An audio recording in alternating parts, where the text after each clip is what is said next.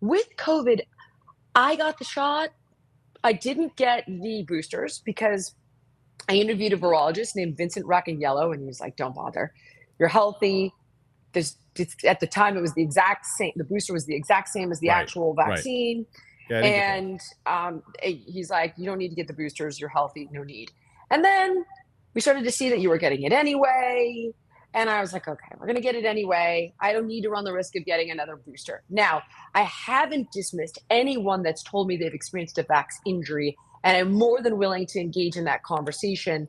And I did just talk to Dr. Sabine Hazen about it. And what was super interesting, and this is really the only conversation I've had publicly about it, except Bill saying he didn't want to take it and Sage Steele saying she didn't want to take it, and me listening to it, is she said, um, with any medication, there'll be side effects, right? And we used to call them adverse events, and all adverse events get reported to the FDA. It's normal.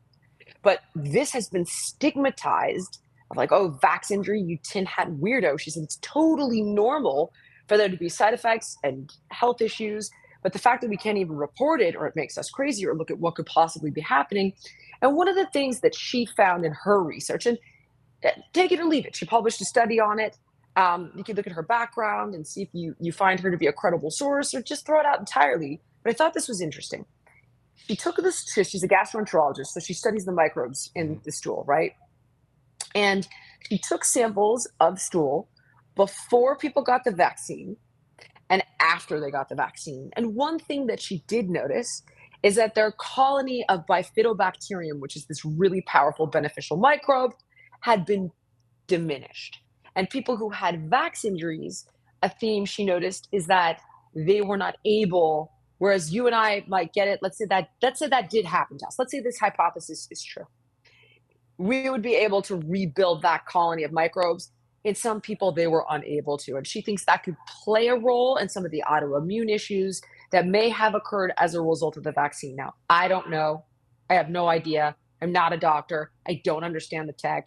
I did get the vax. I understand why people didn't, and I don't judge them. And that's officially my position. And you're allowed to disagree with it. But I Well, just actually, want no. Well, to. that I actually know when it comes to getting it. Yeah, I mean, like I said, I did, and as far as I think we're more on the same page than I initially said. So I apologize because I thought that when it No, came, you don't yeah, apologize. I'm so glad you brought it up.